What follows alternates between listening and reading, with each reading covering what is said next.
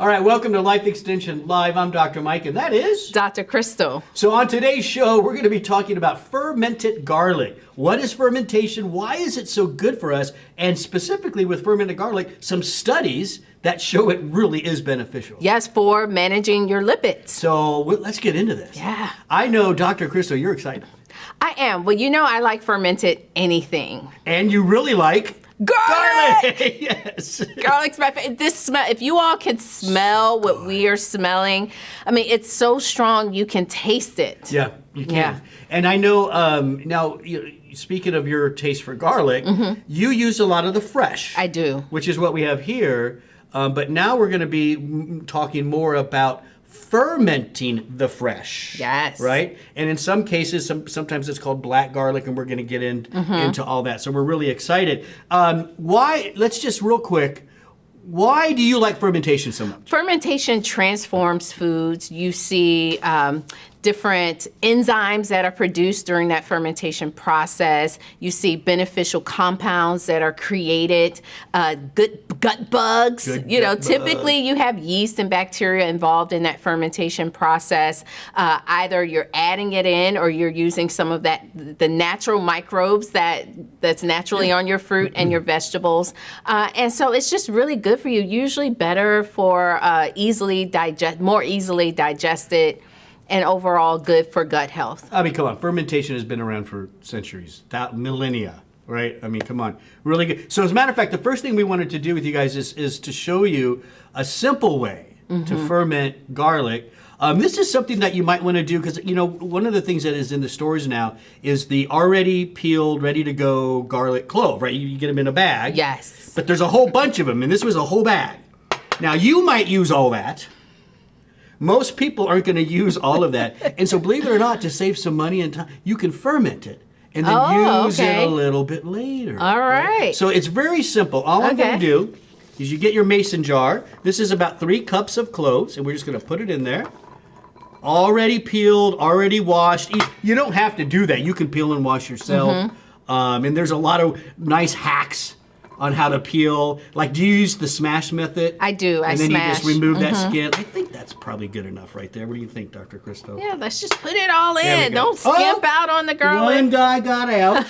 All right, so that's basically your 3 cups. And then from there, you're going to add different recipes, say different things. Somewhere between 1 to 2 tablespoons of salt. So we're just going to do a couple tablespoons of salt. You're just making a brine, really. That's all it is. That's all you're doing, a basic brine. And you already mentioned that the bacteria and stuff, they're natural in those cloves. So just maybe one more. Yeah, usually the lactobacillus bacteria there. Well, I'm going to do just a little bit more.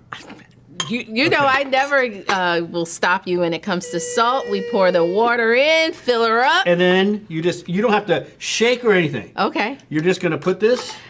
And one thing, we want to make sure that the garlic is fully submerged, and it looks like we're not having any problems there. There's the camera. Yeah, do you want to go to that camera? Sorry there, Rob. Look at that. So here it is right here. You're going to keep this at room temperature. Now, here's the thing. Up to 2 to 6 weeks. All right, let's get that good shot. The longer you keep it in there, the more it becomes a little mushier, and you can actually eat it right from the jar. Should we shake it? No, they said not to. Oh. I know you want to, but they said not to. You don't need to. The only thing you got to remember for those for the 2 to 6 weeks is you have to burp it once in a while. Okay. All it means is you just open it up and it'll go ooh, burp, and you just put it right back on.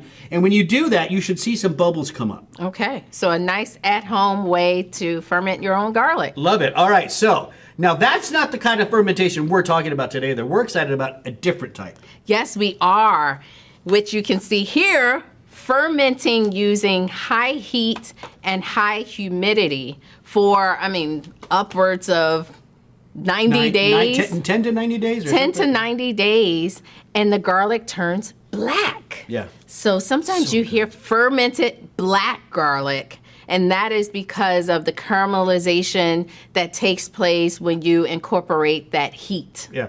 All over the Food Network channels I love to watch.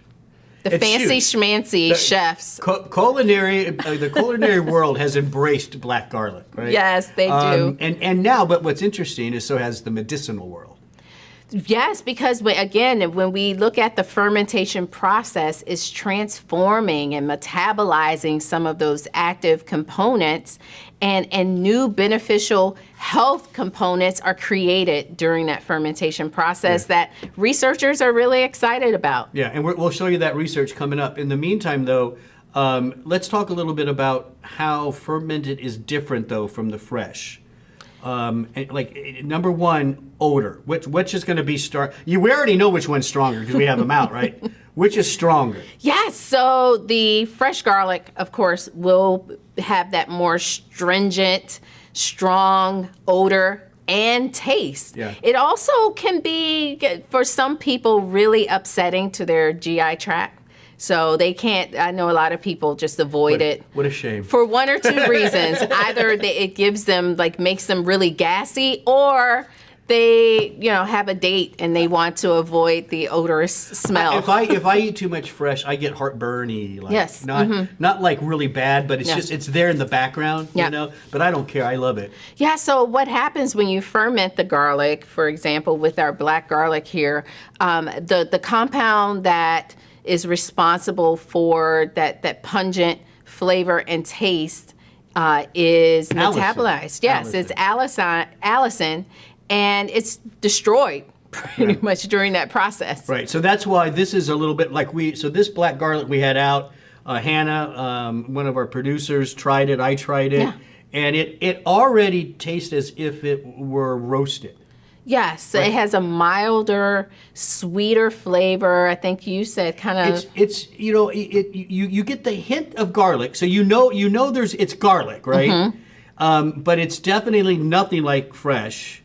It's more woodsy, more umami. That word out there, like they use that for soy and fish oil. That's definitely where this falls. And now I understand why you find a lot of Asian. Yes, cooking. yes, Right. and you're also starting to see it in a lot of vegan dishes because it's giving you kind of that meaty umami flavor that you're missing out on when you don't have meat. And real quick, I just have a list of some vitamins and minerals to share real fast. So the fermented garlic, and this is where you start getting into more of the medicinal world, why a lot of scientists are excited about this. Again, that fermentation concentrates these compounds. So you see higher levels of B vitamins, specifically B2, higher levels of vitamin E, higher levels of most amino acids, across the board versus fresh. Yes, protein, carbohydrates, your polyphenols that you find in garlic. But, because when you roast it, all the moisture is leaving the garlic. So you get more bang for your buck per clove. And it makes sense. Yes. I mean, it makes sense. There's also, now in garlic in general, there's a lot of antioxidants. Now in the fresh, we just mentioned your key one is going to be allicin. Yes. The fermentation, that kind of gets removed, but there's a different one that forms in black, and it's that different one that we're excited about. Yes, and that is S-allylcysteine, or SAC. SAC. And We'll just call it SAC from here on out. Okay, S-allylcysteine, SAC. Yeah, so this SAC is produced during that fermentation process. And the SAC, man, let me tell you, there's some amazing research with SAC. Yeah.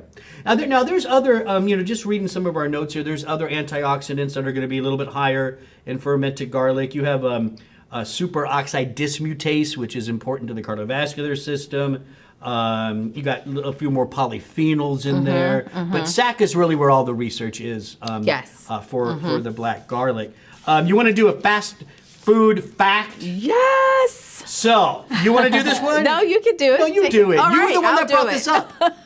Yes, so a fast food fact. When garlic is chopped, chewed, crushed, there's an enzyme, allinase, that converts alanine into allicin. So that allicin, that the antioxidant, the claim to fame with your fresh garlic, even with your extracts, they all say allicin potential, because the enzyme, it has to be converted, and that happens when you chop it or you chew it.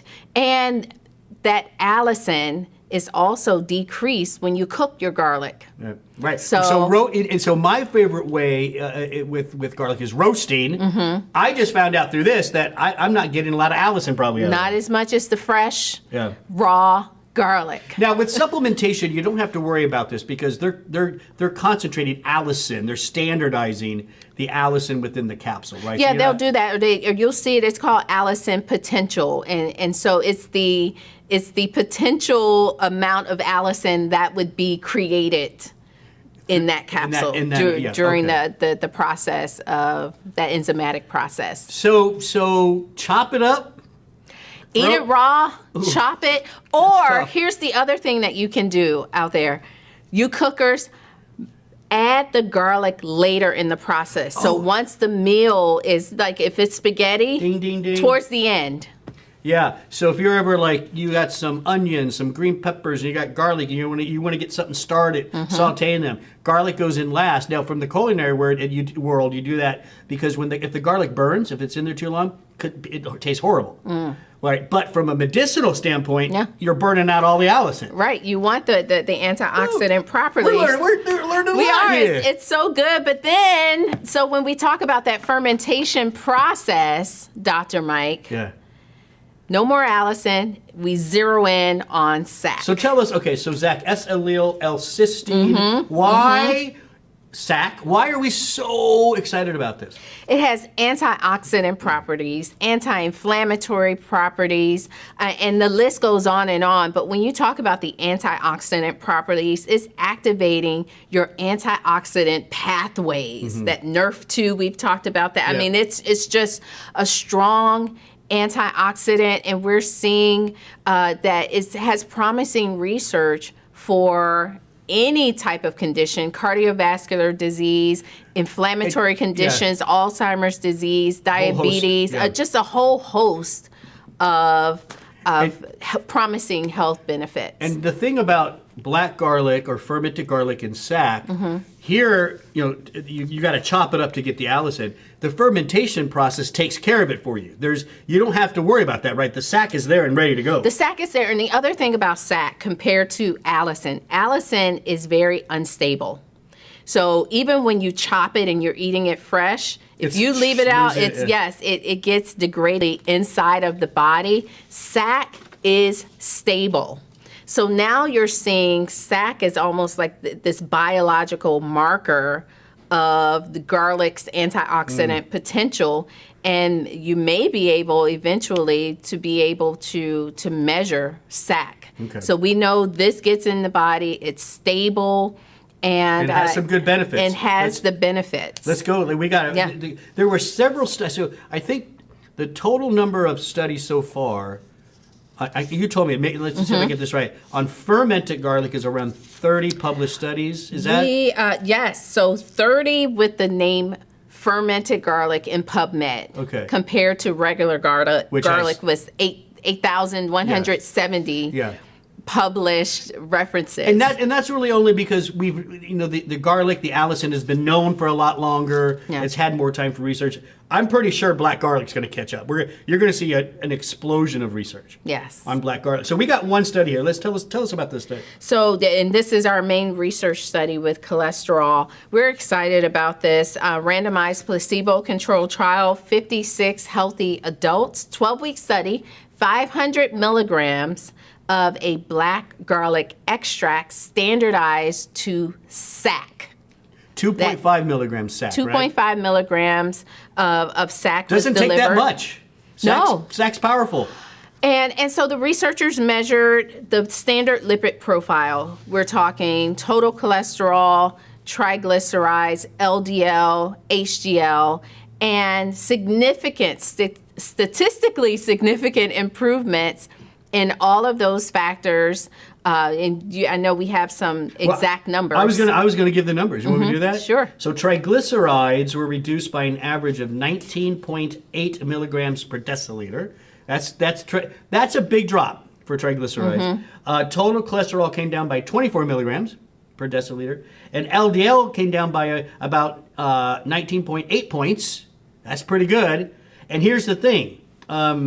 All of this started early, right? Within a month or so. Yes, within 30 days. But 12 weeks later is when they get these absolute, results. And listen, if you're needing to handle lipids better, triglycerides, if your doctor has talked to you about that, maybe you're even on some medication for this kind of stuff.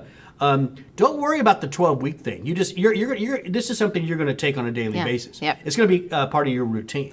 Very true. And I do want to comment because we do have research with standard garlic extracts and cholesterol. A lot of people take garlic to manage their cholesterol. And so we saw some side-by-side studies comparing those, the total cholesterol, LDL, triglycerides, and we're seeing that fermented garlic is better. Is a little bit better with several of those parameters. Right. Now listen, across the board, garlic is good. I mean, that's not our, but you're right. Fermented garlic, at least with lipids, seems to be a better choice. That was a really good. So let's recap all this. Okay. I'm gonna back it up. Okay. And I'm gonna ask you this question because you're the clinical nutritionist. Okay. Is fermented garlic better? What are you laughing? You know I was gonna do this. Well, is it better? And don't be biased because this is what you like. Was that loud, Rob? Yeah. This is what you like. But just give me your real. No, my opinion, it's hard for me to say one particular food is better. So I'm going to say no. We don't have enough research yet. For this, yes, we don't have enough head-to-head research. As you mentioned, over 8,000 studies with just your regular garlic extract. We know allicin is still good for you. It's great for boosting the immune system.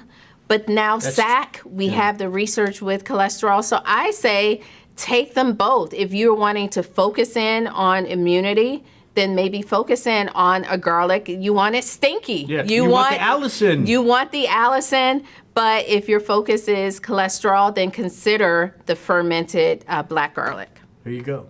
Wonderful stuff. It smells so good right now. I know. I wish we had crackers. I wanted to. I'm hungry. Right? I don't know with the rest of the. Robson, can you smell this? Oh, yes. Yeah, this is amazing. So there you go. There's our take on really what's up and coming.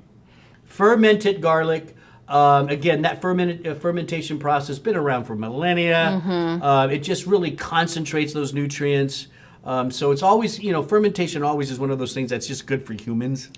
Right? At the end of the day, we should eat more fermented foods. Yes. And so I'm going to predict it. I think you're going to see more and more black garlic research out there. I think so. You can find the black garlic in the grocery stores, but if you want the clinically relevant doses, like what was used in that study, then you want to look for an extract. For sure. Remember, food first, but there's always that nutritional gap, right? Remember, that study was 500 milligrams standardized to that sack. You're probably not going to get you'd have to eat a lot of black garlic to get that. So eat the black garlic, put some on a cracker, and then take your capsule. That's the best approach. We do have a nice web page or landing page for them to go to. This is our wellness page. Tons of articles there. It's lifeextension.com/wellness. Dr. Crystal. Yes. I almost forgot to do it. But you're not. You're not. There's special offer. There's a special offer for them. I almost did it, but yeah, I got it. So if you go to lifeextension.com when you're at the wellness page, hey, why not check out some of the products? And when you do, when you're at checkout, if you put in the discount code LELIVE, you'll get $10 off 50 or more. 10%. Why do I keep saying that? You get 10% off, $50 or more, and free shipping. I'm going to just let you handle this. All right. Head over to lifeextension.com. Type in the code LELIVE at checkout. 10% off your order, $50 or more. There you go. Plus free shipping. There you go. You're a great audience. Our sponsor, Life Extension, wants to say thank you. All right. Don't forget, Life Extension Live every Wednesday at 12 noon. Whatever channel you watch us on, ring the bell, click the thumbs up. Hit interested, whatever it is, so you always know when we're going live. That's Wednesdays, 12 noon Eastern Time. I'm Dr. Mike, and that is Dr. Crystal. We'll see you next time.